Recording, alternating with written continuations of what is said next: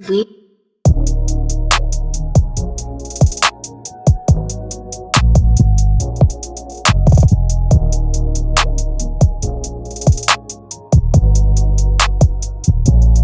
we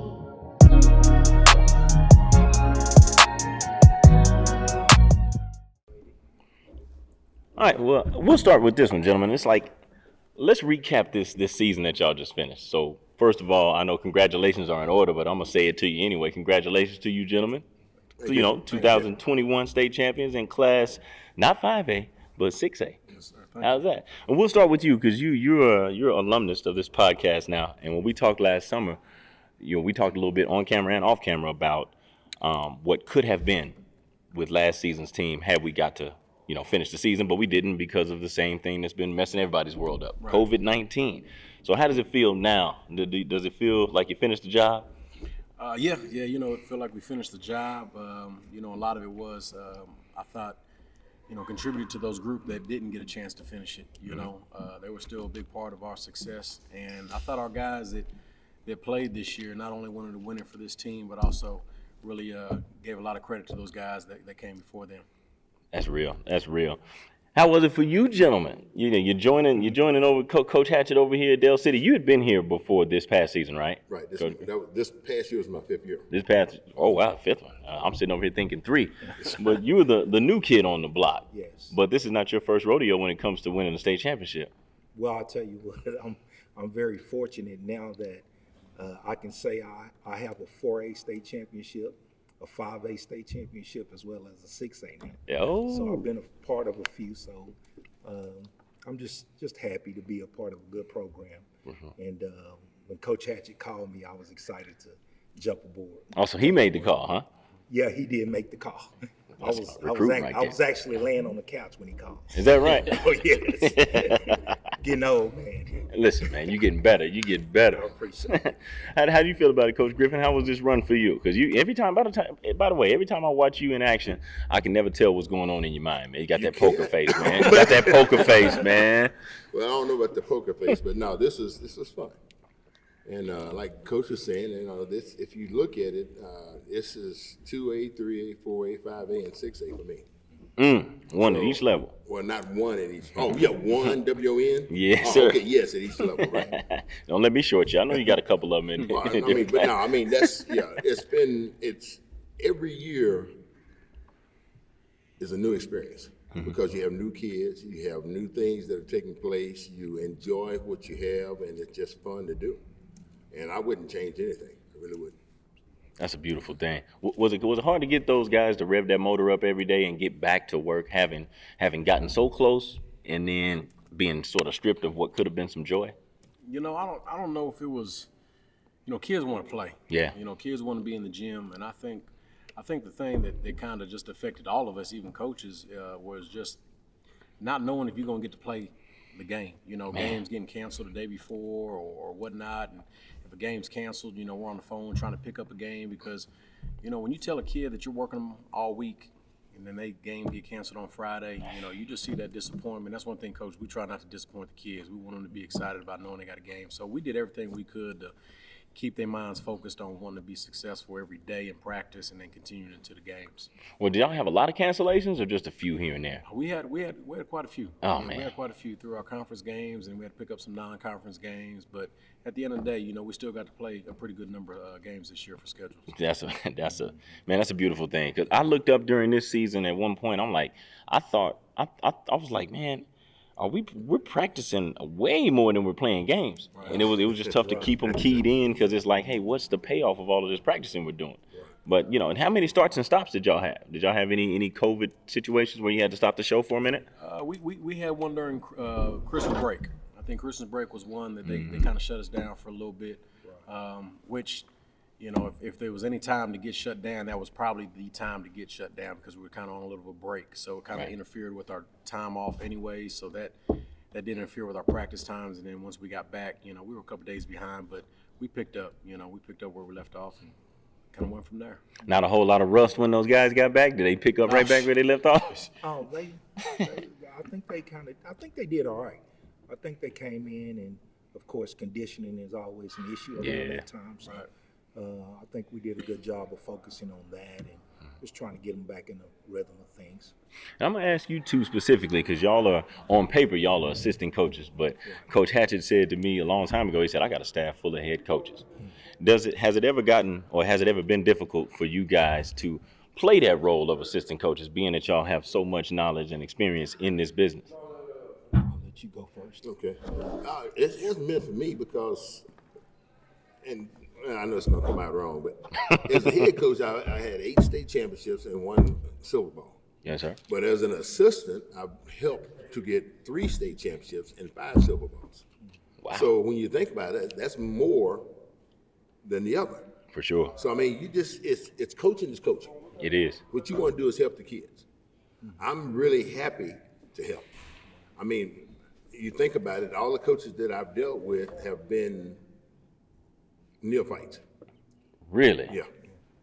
Man, that's called getting it done. Well, as far as championships go, Yes. not as far as coaching. Uh-huh. So the thing is, you just I want to help. For sure. I don't mind lending. I don't mind doing whatever. But I was glad Coach gave me a call. So I didn't want him to think he's on one. Coach Hatchett said, I'm gonna call both I of was them. glad that he did. How does it work, Coach Hatchett? Do you delegate certain responsibilities to these gentlemen, or do you just say, "Hey guys, get in where you fit in"? We do delegate. I do delegate, and I say delegate, but I think I'm always picking off their brains as well. For sure. And they always give me great input either after practice or what we need to look at, maybe changing up. Coach Griffin and Coach Durham, we'll take practice and we'll send them down the post guys. Yeah. The nosebleed section. With the guards a little bit with the other guys. But I mean, I would be dumb if I'm not going to listen to what Coach Griffin and Coach Durham are going to give me some positive input for my kids and this team. Otherwise, I don't think they would want to be here, and that wouldn't be right for me. Just say it's going to be this way. And the one thing that I give Coach Griffin, ever since he's been with me, this is eight years that he's been with me. He'll just always say, just take a look at it. If you don't like it, then we'll throw it away. But if this is something we want to work on, then let's look at it. And to me, that's how I think coaching staffs become stronger, we become better because we're all learning off each other. I'll just lob this out here to whichever one of y'all want to tackle it first. But I happen to think I've been doing this for 10 years, so that's just a little splash of time. But I've always noticed that there's a point in each season where you can sort of see your team turning the corner, and y'all are turning into the squad that you may have known that they could be way back in August. Can you think back to what point that was this season, where it's like, okay, guys, we're starting to look like we can be who I thought we were? What do you think?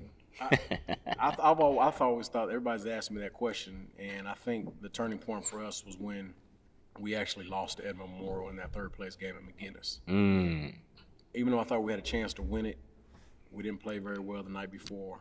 We got beat by Choctaw, and they deserved to win that game. They played well, and we had Edmond Memorial on our ropes at the McGinnis Classic. And I told our guys in the locker room, I just said, even though we lost that game, I felt that we grew up a little bit. I felt that, we didn't have some of the things that's happened earlier in the year when we lost.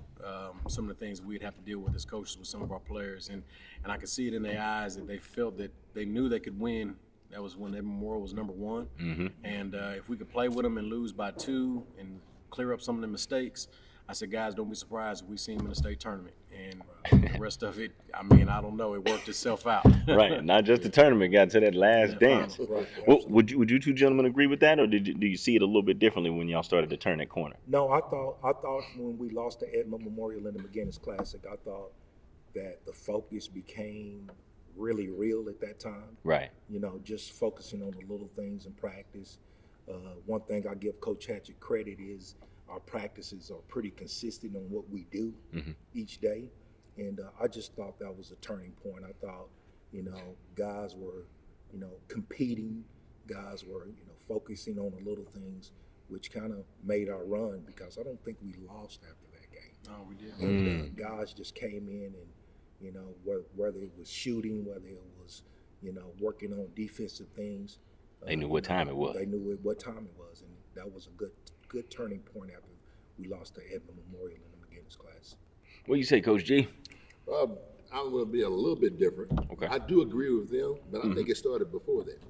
I think every loss that we had helped us to take a step or maybe a half a step toward winning. Yes, sir. I mean, it's not just like one game can do that, but every time you lose, if you're really into it, it has something, it tugs on you, tugs on your heart, and also on your mind. So when we lost that first game, then we started thinking, hey, we can do a little bit better. And Coach always points that out.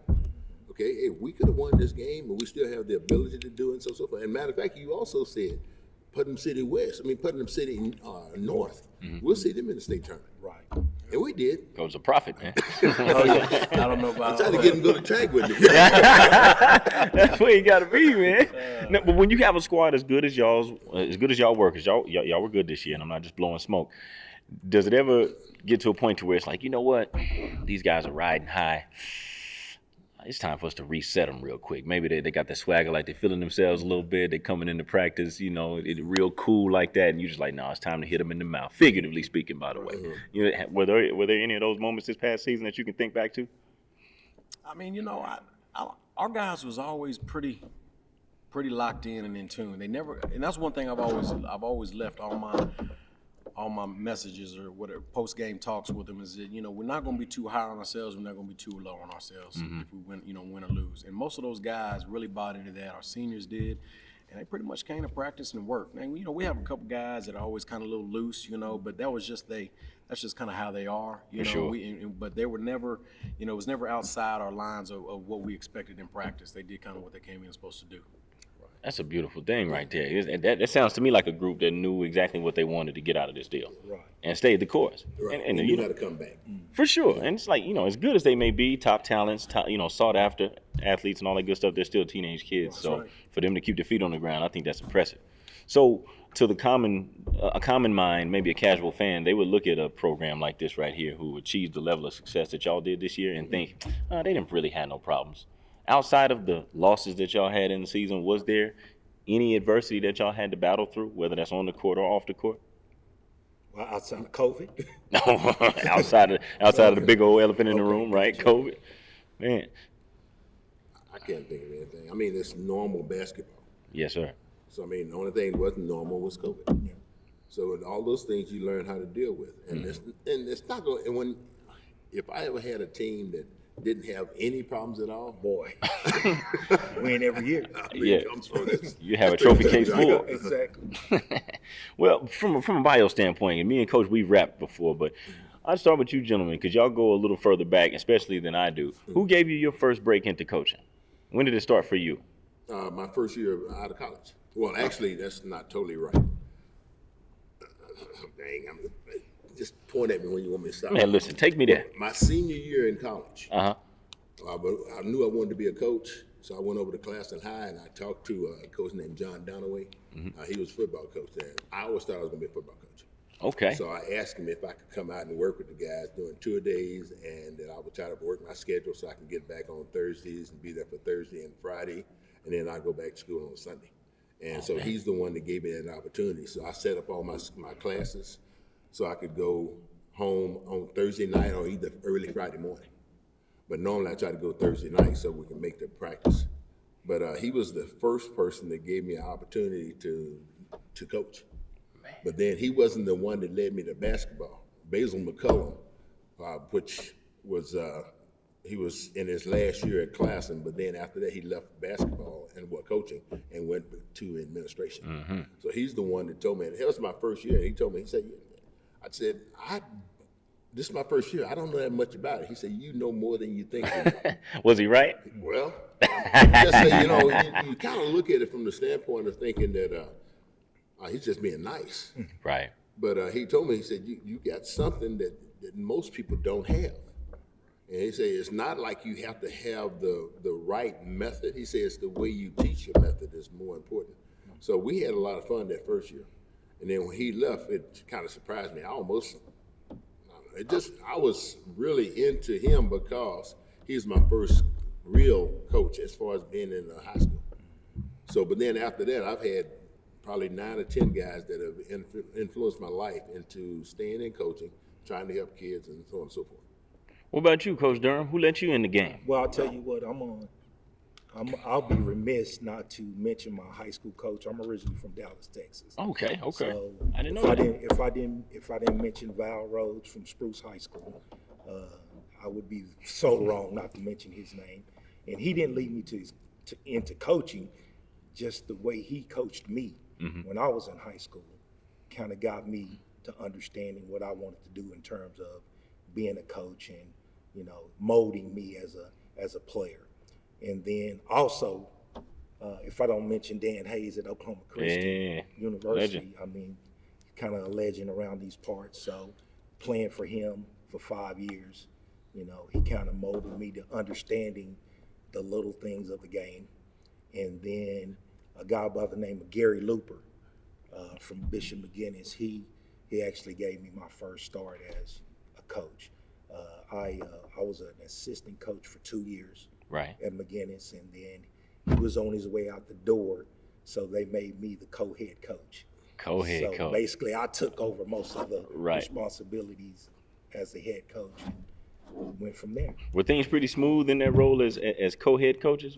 Well, basically, I mean, you know, he did all of the clerical things that coaches have to do. Yeah. And basically, I was able to basically put my imprint on what offense we run, what defense we run, things of that nature. So that really, I was kind of scared the first year. You know, I know that feeling. I basically had to make some tough decisions as a head coach, you know, and he just kind of guided me along, and the rest was kind of history. And look at that. Now, I threw it all, sitting here as the champs, man. You got to love that. You know, I know, is the tour still going? The championship tour still going? Are y'all still enjoying the fruits of what you did, or is it all back to business trying to do it again? Yeah, we're starting to get back to business. You know, we got, you know, of course, spring football starting today, and we just wrapped up track this Saturday.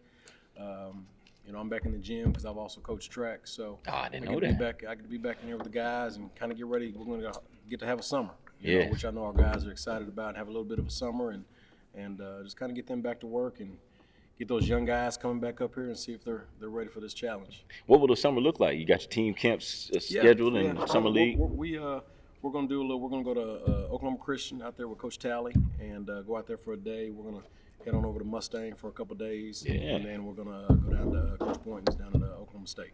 Good deal. So because, you know, the dead week now, they pushed that back. Things are kind of crunched in about 3 weeks of June.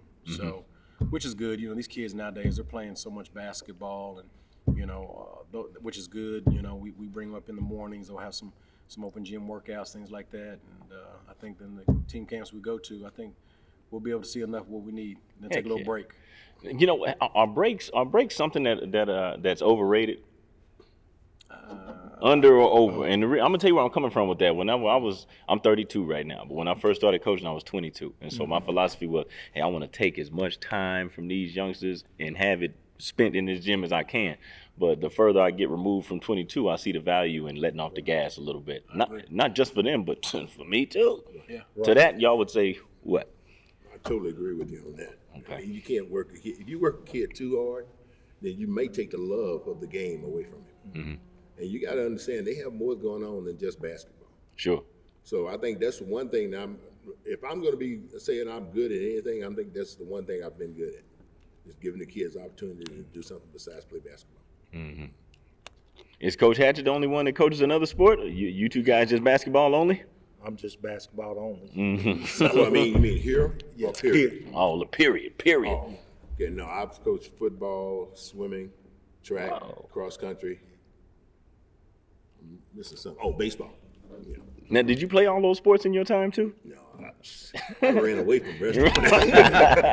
No, I did football, basketball, swimming, and track. That's key right there. And now I'm coming around. I used to want my athletes all year round too, but now I'm like, you know what, brother? Go ahead, run track. Yeah. You know what, baby girl? Go ahead, play softball. That's important. And I think when I started out, that's how I was. Like, I wanted to be in the gym all the time. I wanted to make sure the guy was in the gym as much as possible. And as I've gotten older, I've been fortunate to listen to some really good people. You know, Coach Cudjoe and I are, you know, best friends. A guy that used to be my coach. And I remember Coach Griffin kind of telling me one time, ever since I had my 2 kids, you know, go see them. You need to go see them kids. You got to go take some time for your family. 'Cause sometimes you make these kids here sometimes a little more priority than your family because you're wanting to build. And Yeah. I've always learned that's an important factor. And your kids that play for you, I think, respect you a lot more for that as well. They become part of your family. They love when my kids come up here, or and we've invited them to family functions and things like that. That's extremely important. So I've definitely been about the rest and getting these guys little breaks and letting them experience some different things. You know, they got to go be able to experience some different things. That's true. And every time I look back in my own memory, when I really wanted to play football, my mom wouldn't let me. And then when it was my choice, I punked out a little bit. I was like, I'm going to stay in this climate control right here in the gym. This is where my bread is buttered. But if I had it to do over again, I would have dabbled a little bit. But I just learned something about you, Coach Hatchett. Right before we started, you told me when you and I did the podcast some months ago, last summer, you said that, you had played for Coach Cudjoe, right? And now y'all come full circle. And y'all are peers as coaches. And then you got a call from somebody who played against you while you were coaching, right? Chad and now Rochelle. y'all are coaching together, or coaching against one another. Chad Rochelle at Hera, right? Right. How's that feel, man? Don't tell me it makes you feel old, 'cause you're looking good, man. I appreciate it, but I don't know. I think the occupation that we're in, it's a close occupation of coaches, especially when you've been doing it as long as we have. You value those relationships. You value those people that reach out to you, congratulate you, or even just pick you up when things ain't going well. And Coach Cudjoe's been that mentor for me since he's been my senior, my coach my senior year. We're best of friends. We talk almost every other day on the phone in the morning on the way to work. I hear his struggles, he hears my struggles, and at the end of the day, we're there for each other. And then, like I said today, I heard from Coach Rochelle, a guy that played at Durant when we were playing him in the regionals when I was an assistant coach at Carl Albert. And he just said he listened to your podcast and didn't know that I was an assistant coach at Carl Albert.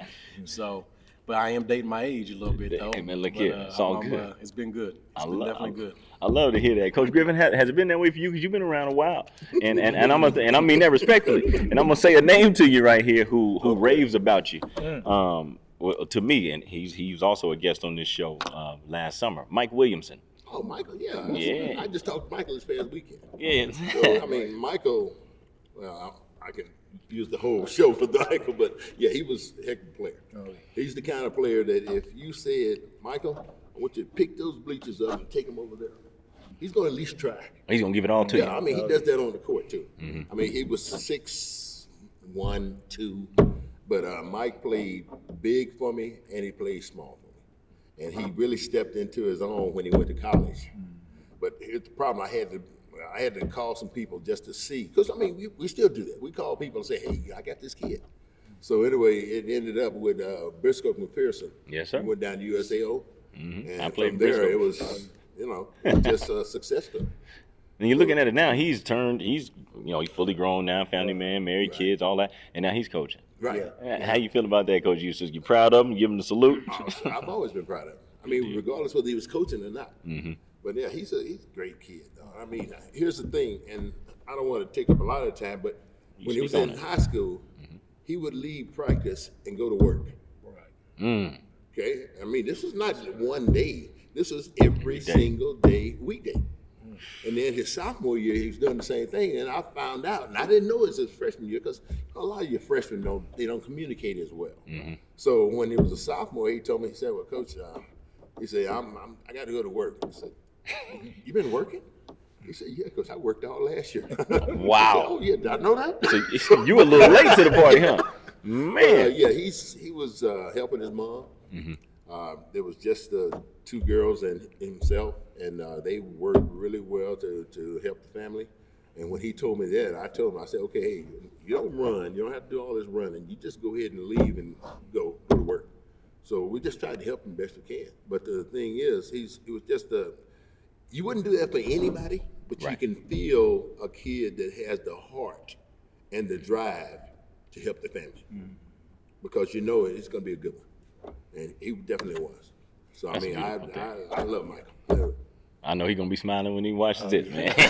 Because I always mess with him and say, man, you ain't worth a blankety blank. Nah, that's my guy, though. Now, Coach Durham, you said something a little earlier in the podcast that said you were on the couch when Coach Hatchett called you. Was that by choice? Did you decide to step away and take some time away? Well, actually, I wanted to step away for a little bit and Gotcha. reset and, just kind of kind of think about what direction I was getting older. I got you. And I wanted to see what direction I wanted to go in terms of coaching. Mm-hmm. Had some issues with my dad down in Dallas. So he's doing okay. He's doing better. Beautiful. But, my ego is not that big to where I have to be a head coach. I hear you. And a lot of guys don't understand that. I Yeah. mean, they have to be a head coach. I mean, I'm a basketball coach, period. So I don't care what the title is. So, but it was, I told him to give me 24 hours, but I knew when he called me that I was going to go to Dell City. Wasn't a lot to think about? It wasn't a lot to think about, man. It was easy. Well, Coach, I got to give you a little more credit than what you may be willing to take. Okay, go ahead. When I first said, he was, oh yeah, go on, give it to Go me. ahead, give it to me. Fine. when I first saw you and got introduced from a distance, it was maybe the year 2009 when you were at McGinnis still. Right. And was that your first championship in 2009 that you won there? And am I off a little bit? Well, you're off a little bit. Okay. But I have to think about it myself. I got you. But from that year on, I was just watching like, dang, because when I was looking at you guys on the floor, I'm like, yeah, this team don't even look like they should be that dang good, man. And every year after that, to me, you correct me if I'm wrong, it looked like your team sort of had a theme. They looked unassuming, you know what I mean? Private school, and so you know what the narrative of those types of athletes as it pertains to competition. Right. Not a whole lot of respect, at least not right off the rip, but you built that program into something that was, y'all were a force to be reckoned with every year. And talk about that experience. How was that ride, Coach? Well, first of all, it was good to have players that were coachable. Yes, sir. And they didn't have to have a lot of talent. Mm-hmm. We had talent. We had guys that loved to play. I'll take a group of guys that love to play and that will be coachable, and you can have some success. At that time, we went to the state tournament 5 years in a row, and went to the finals 5 years in a row.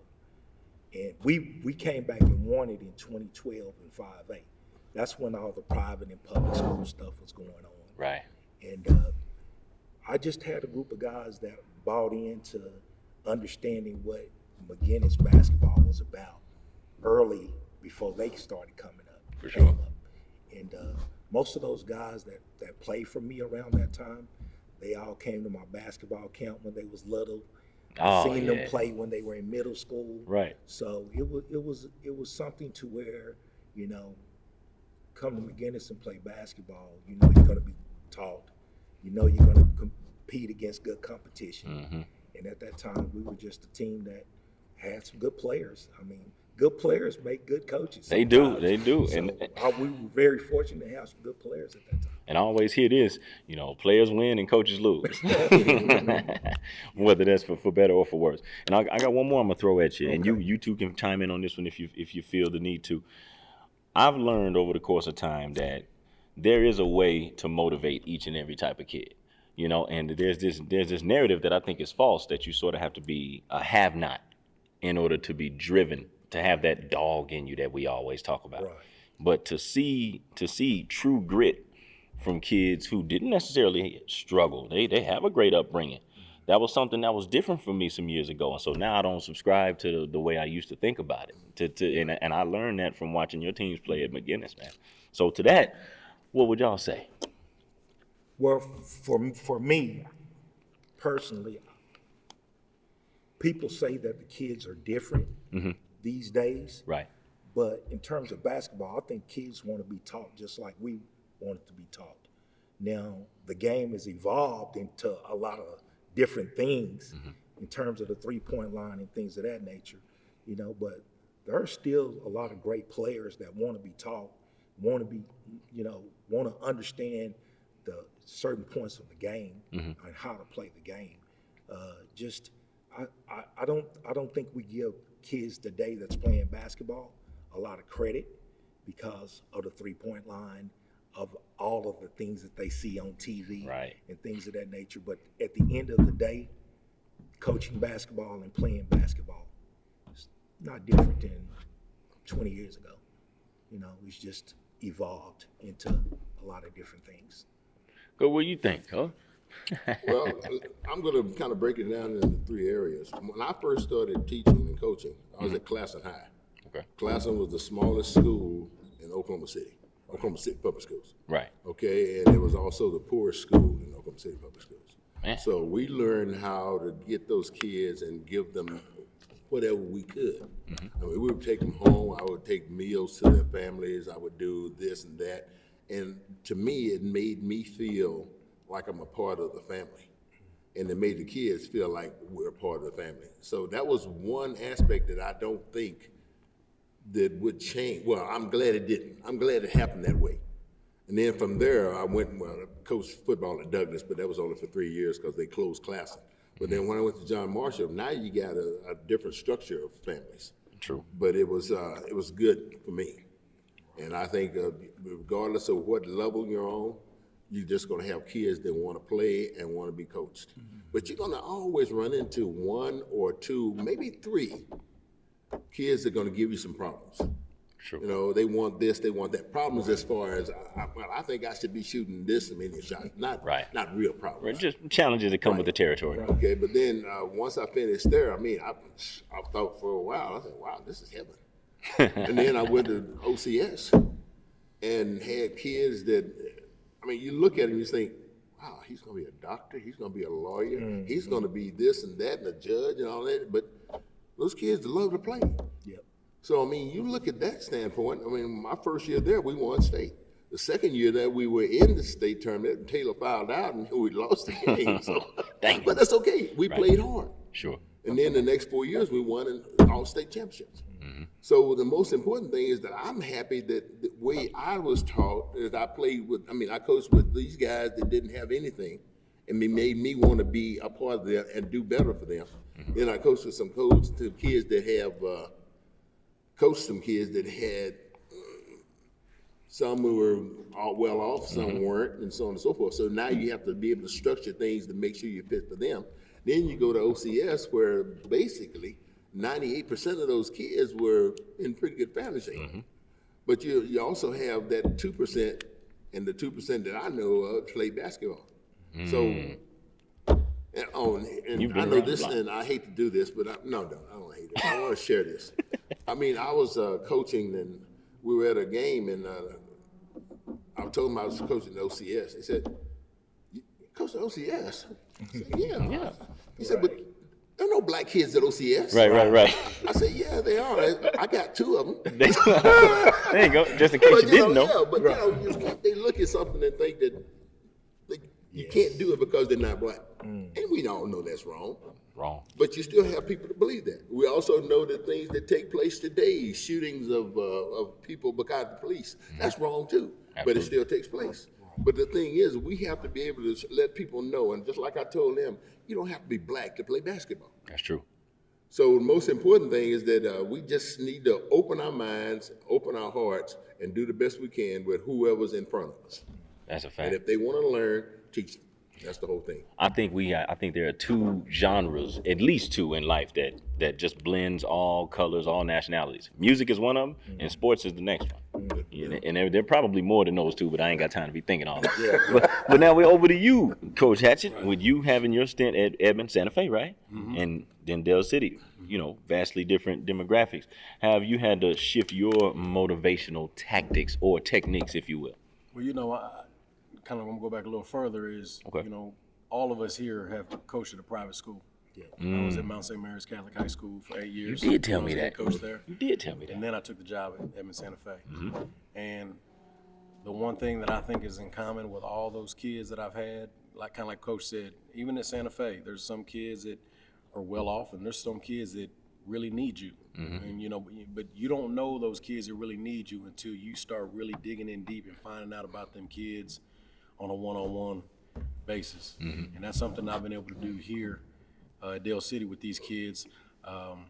This is a little more familiar territory for me out here, so I've known their families, I've known aunts, uncles, things like that.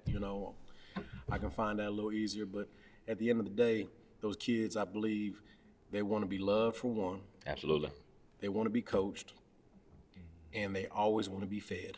Absolute fact. Where they at. Absolute fact. We make sure that we did. That was something even when I was at the Mount after games. Of course, we had a few parents that could help out a little more than maybe some others. But whether it was making sandwiches or whether we was able to buy food, I still try to do that to this day. We find a way to make sure we feed our kids after every home game, and whether it's a sandwich after the game away, we're going to feed our kids because we want to make sure they know that whatever happens at the end of the game, we got to make sure we take care of these kids. And those kids appreciate that. It's kind of like Coach said, we'll take food to families or whatever we got to do. And those families appreciate it at the end of the day. And then they start coming back and giving a little bit back to our school or our kids, just whether it's coming up here. And if we've got a Saturday morning brunch or a breakfast, I remember one year my parents went in that training room, and I think I got a little in trouble for it because it was a training room, but they hooked up skillets and omelets and pancakes, and we fed our kids here in the gym in the morning before we went to a regional game. It's just little things like that. Those kids love that. For sure. It really counts. It's just not the food, but like I said, the relationships, and that's something I've always been big on ever since I've been an assistant coach, is continuing those relationships with those kids after they graduate. And I've been really, really blessed with the guys that I've been able to coach that come back, come talk to me, come back and hang out, watch practice, whether we go to lunch. I get to see them be fathers, figures now, watching them do their occupation. And they'll call me or text me, after we won. I got so many texts from those former players just congratulating and that they watched it. I mean, that made me feel better than actually, that ceremony, just knowing that we had a value input on them guys when they were young. Man, it was you were overjoyed, Coach, as soon as that horn went off. Because I can understand it. That boy, his vertical was about like this. But it's a beautiful thing, man. Y'all put a lot into it. We have. To get that ultimate payoff. And it was, I don't know, I knew what this community's been needing for a long time, and whether it was the state championship or just something positive to happen, especially with what was going on. Right. It's been a long time, and we always get these stereotypes over here at Dale City of what type of kids we have or what can't be done. And I'm not gonna lie, I'd always use that as fuel with my kids, and I'd always tell them, and they understood exactly how far they could take it, but also understood, we're gonna change that now. We're gonna change the culture over here, and these young men did it and found a way to win a championship. Balance is the word I want to talk about now, Coach. And two things come to my mind when I use that word in reference to you guys. I always see you on social media lifting weights and working on your body, competing with your boys in the weight room. And a good friend of mine, this young gentleman is one of them. They live in Northwest Oklahoma City / Edmond area, and so I catch you walking all the time. I just blow the horn at you. I know you don't know who it is, but I think look at Coach Durham out there getting them steps in. And I'm just profiling you. I just look out. Yeah, I know he acting. So what type of things do you guys do to keep your mental right? Because the basketball season is the longest season in high school sports. You're pretty much keyed in from the first day of school until March if you're fortunate. But that can be grueling on you, not just physically, but mentally, emotionally, and everything else in between. So how do you guys keep yourselves from burning out, staying locked in? I think you got to find something that you enjoy doing. Whether it's reading, whether it's working out. You got to find something. You got to take that time and do it for yourself, because this occupation and this job that you do, like you said, it's a long time. It can mentally wear you down, and it can make you unhealthy. And that's something that I think during the COVID time is something I was able to find out about myself, is that I needed to take a little bit of care of my body, because it wasn't good. And as you're getting older, you got to start listening to your doctors and listening to your body and doing those things and things, and it helps. And so that balance, I think you just got to find something that you enjoy doing that can give you a peace of mind and where you can relax and feel good about yourself when you get done. What about you, Coach? Well, for me, walking was great for me, as well as I don't know how many golf balls I chipped in my backyard. Yeah, there you go. I'm not a great golfer, but playing golf is just a sport that, it doesn't matter what size body you have. It's just a challenge for, males. We like challenges. So just that does something for my mental for some reason. And walking is just a way to get away from, everyday things that you think about. Right. Bills, relationships, right. Basketball. I just think it's important for your mental just to get away, have something that you like to do, and just get away from your everyday grind. And those are the things that I like to do. I mean, simple guy. Simple as that. Spoken like that's a man's man right there. We keep it simple, baby. Simple as that. What do you say, Coach G? Well, For me, it's pretty much a combination of what they're saying. But my three favorite things, or my three categories, would be God first, family, and then whatever I'm into. And what I mean by that is, when I coach football, I love football. When I coach basketball, now I love basketball. Right. So, I mean, when you get around, my whole thing, I guess you can say, my third category is coaching. It's helping kids. The older I get, the harder it is for me to be nice as I'm coaching. Right. Because sometimes I get fired up because kids now, they don't understand that you're trying to help them. They Right. take it as, oh, he hates me, he doesn't like me, and so on and so forth. So Listening to the tone, not the message. So I've gotten a little bit upset sometimes, but the thing is, I don't stay that way. Yeah. I mean, I've never ever stayed upset about somebody, and I don't care about whether somebody feels that same way about me, because they have to make up their own minds. Sure. But those are the three categories for me, though. You know, to a point that you made a little earlier, said that kids aren't really all that different. And the game isn't that different from when you guys were playing and when I was playing. But one thing that I will point to, and y'all correct me if I'm wrong, that I think was different in my day versus now. When I was a kid, you carried out the orders. You did what you were told. But now I see the value in explaining to these young men and young women why it is that we're demanding or asking them to do whatever we're asking of them. And sometimes they'll just flat out say why.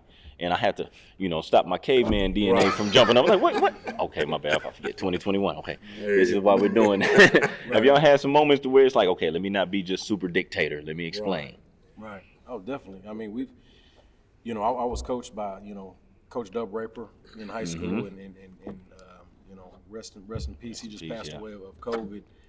But he was a guy that was he was a disciplinarian, and it was you did things the way he wanted it done, but you did it right.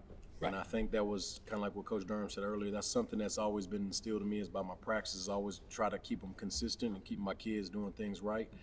One of the messages I've always told my kids is, instead of listening to, answering the reply, listen to understand. Sure. And we'll have to sometimes repeat that in practice. And there's some other things that we do in practice to kind of give them that reminder, to let them know. Because at the end of the day, as long as the same message is coming from all of my staff, then it's going to be, they're going to figure it out. And I think that's important, but I can't have one coach telling him it was okay, the other coach saying, well, you can do it today, but maybe not tomorrow, and I'm on them every day. I think that's where the kids lose that consistency. And I've been fortunate to have a staff that believes in what we're trying to do, and we all stay on the same page, whether it's discipline or whether it's applauding them. Sure. And I think that's important with those kids. Speaking of staff, and I'm going to ask you this about these two gentlemen. The assistant coach is always the go-to guy, right? Because for some reason the head coach is looked at as the boogeyman. So if I want something from Coach Hatchett, I may lean up on Coach Durham. Hey, man, Coach, you think you can talk to Coach Hatchett about this? So which one of them is the good cop enough to where the players holler at you? All right. There you go. I'll take it. Yeah. So is he the cool one, Coach? He may be the good cop, right, but at the end of the day, they both tell him the truth. There you go. I've never had a kid that's not going. We haven't had a kid. If I'm telling them something, we can be cool with them. The guys and coaches be cool with them, whatever you want to call it. But at the end of the day, they tell them the truth, and that's what kids need. They need facts, and they need the truth. We're not going to tell them something that's not going to help them or this program. And that comes down to having good guys, good coaches, good people that want these kids to be successful. Mm-hmm. Do the kids run from you? They say, man, I don't want to Coach Griffin, man. I don't think so. I mean, I've never noticed it. You did. And I don't think anybody that does that, well, I shouldn't say that. I don't know of anybody that does that. Mm-hmm. But the whole point is that sometimes you do lean toward the person that you feel is more on your side. Right. And we got a guy that's on our team now that we kind of tease him about it. That's his dad. Is that right? Yeah. So now he's pushed it back on me, and now I'm his uncle. That's right.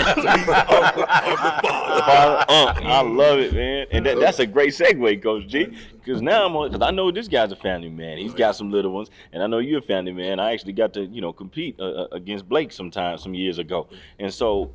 Now I know you pops, huh? And you one that's playing, at least one that's playing, right? No, I have a stepdaughter. Stepdaughter? I don't have no. Okay. Look at you watching the game from the sideline like me, but you're in there though. How tough is it to walk that line between I'm gonna be parent, or I'm gonna be coach. And is it hard to watch them when you're not coaching them and just be in fan mode rather than going into? Is that tough at all? Well, for No, go me, ahead. it's not. Okay. I mean, I'm going to coach my boys, and Blake has said that when I was, Blake is the talker. So anyway, he said that when Dad used to get on me, he said that I was upset, but he said, right now, he said I'm glad he did it, because he taught me that it's not easy being anybody without having some kind of priorities. So his priority is to work hard and then do what he needs to do. And to this day, he's still a hard worker. So I think it's mostly the kids love to have somebody show them, not just in words, but also in actions. So if your action is as strong as your words, then you don't have problems with kids. But now, if I'm speaking really tough and I'm over here cream puffing, that's not gonna get it. I got you. I love that. I'm still in that word, by the way. Mm-hmm. I'm still in that word, by the way. Cream puffing. I like that. Right. I like that. Before you go, Coach Hatchett, I do want to say something. Yes, sir. I think it's important that we, in sports, step back a little bit in terms of fans and people in the stands coaching their son, coaching their daughter. It's getting out of hand. We're fighting the referees now from coming out of the stands, things of that nature. It's totally gotten out of hand in the summer times. Nobody can enjoy the game when we're constantly on the officials. We're coming out of the stands wanting to fight the officials. Yeah, come on now. We're screaming at the coaches. Right. Who wants to be in a game and enjoy the game with people, the whole building doing things of that nature? If I had a son that was playing, I don't know how I would be, but I wouldn't want to sit in the stands and hear everybody screaming at the coach, or me in the stands screaming at my son and interrupting Coach Griffin's time trying to enjoy his son playing. So I think we, as a society, Yes. we really need to step back and really kind of check ourselves, because it's definitely getting out of hand, especially in the summertime. And well, you know what? Before I pass the mic to you, I've seen, am I tripping? But it seems like the parents get a little crazier the younger that the kids are. Boy, I tell you what, I mean, I pass by, I go just drive around in Edmond and see the lawn chairs at a 4-year-old soccer game, and it's just packed with parents. Right. And it's just, like I said, it's really kind of getting out of hand. It's in my really real. opinion, so. Yeah, and the kids looking like, why is everybody hollering so much? Right, I'm just having fun. Exactly. No, I'm fine. Go ahead. Here's another thing that we have to understand too, that's going to make things maybe a little lighter for us, is that the parents today have more leisure time, so they're watching a lot more. They're there watching their kids. They hear other people say this, they hear somebody else say that, and then they try to put it together and say what they think they should say. And it's not always the right thing, but it's going to happen. Sure. I mean, until we get on an educational level, well, a sports educational level that is positive, Yes, sir. it's going to happen. We're not going to get away from it. Right. And it's not going to get better before it gets worse. Coach, what do you say, Pops? You know what I mean? I've got 2 kids. I've got an 11-year-old daughter, and my son's 7. And they're both, want to play sports. They both play active sports, and I've been fortunate to be able to coach my son in basketball and be a part of my daughter's basketball development. And there's times that I know that I've coached them hard, but it's nothing in a mean way. It's that I know that they can do better, and I think at the end of the day, they definitely appreciate the love, and being able to be there for one, and being able to support my kids is a huge deal, because I've seen a lot of kind of going to summer is that there's not a lot of father figures in some of these kids' lives that need to go support their kids, Yes. and I was raised with a single mother, for a long time, and she was great for me. But, if we don't have those role models, sometimes those male figures for these young men and women, I see why they're starting to steer in different directions, So I've been fortunate to be able to coach my kids, and I have fun with it. I love coaching my son's first grade basketball team. And don't get me wrong, I probably get just as excited on the sidelines with him that I've done in my varsity games. But you talk about fun, just watching them and them having fun and seeing the passion that he comes out of when he plays. I wouldn't change it for anything else. I enjoy seeing it. I bet they try to do everything you ask them to do too, huh, Coach? You know, they will listen. try. They listen. Do they listen more than the big boys? Listen. I'll tell you, they listen. Yes, they will try it. They will try it. So moving into next season, what do we? Don't give me all your secrets, but based on who you guys are returning, what could next year look like? I like our group we got coming back. I really do. I think we have a very, very talented sophomore group that's going to be coming in next year. Okay. That's played a lot of varsity minutes this year. But everybody talks to you about, oh, you guys should win it again next year. You got this, and this coming back. That you're always going to hear that whenever you got talented players.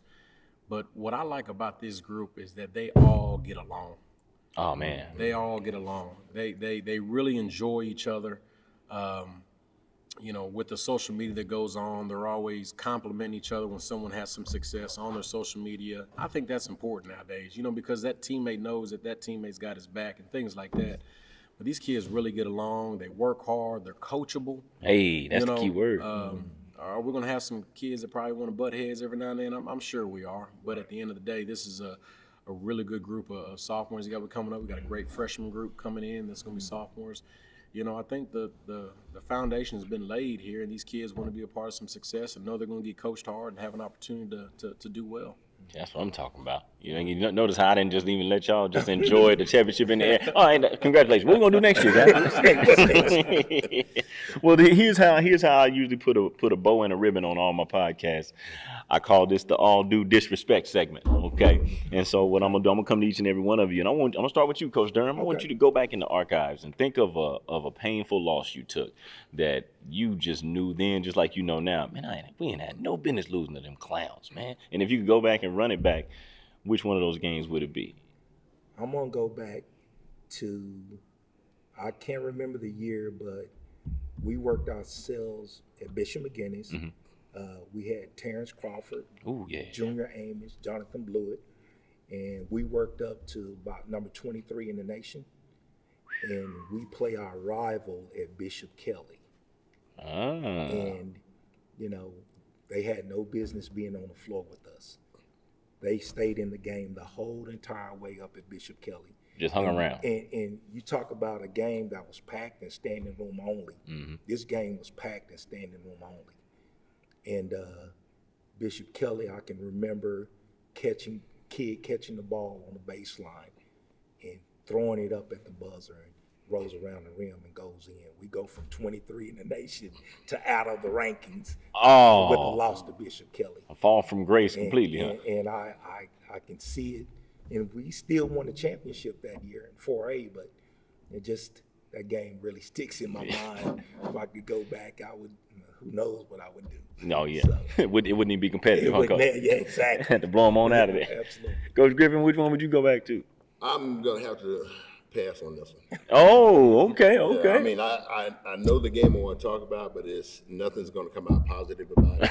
Right. So I'm just going to pass on this one. I got you. We close the show with the captain of the ship. Yes, has it changed from last summer? That's the question. Oh, when you said that question, I was trying to remember the game that I was talking about from that last 7, because there were some other ones that kind of, after you asked that question, I'm driving home, I'm like, oh, that one stuck with me. That one stuck with me. Yeah. I don't think I think every loss, especially the ones that you shouldn't lose, always going to stick with a coach. Mm-hmm. There's going to be plenty of those. But that game that we had when I was at Edmond Santa Fe, when we lost in that state tournament game in 2015. I mean, that one's always stuck with me. I think it was because it was my first year getting to a state final, and the way we made it to the finals with the group that we had. But it wasn't nothing that was, even though we lost the game, Mustang was they played lights out that night. that game taught me a lot, and it taught those players that stuck with our program a lot.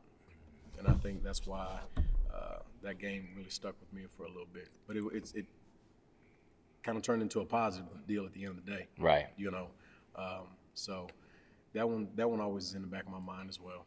That particular game, I thought about it just as soon as y'all won the title this year. I was like, I remember Coach had to tell me about that one. You know what I mean? It's stuck in his craw. Now here you go, making it right. Now, of course, I know you still want that one. You know what I mean? Oh, no, yes. But now you got this one. You in the club, man, the championship club. I'm in the club. Good. I know Yes, I said I had one last question. Now I got another last question. Does it ever get old, you gentlemen, being a part of that Final Eight, stomping with the big dogs in the state tournament? Do you still get that same feeling in the belly?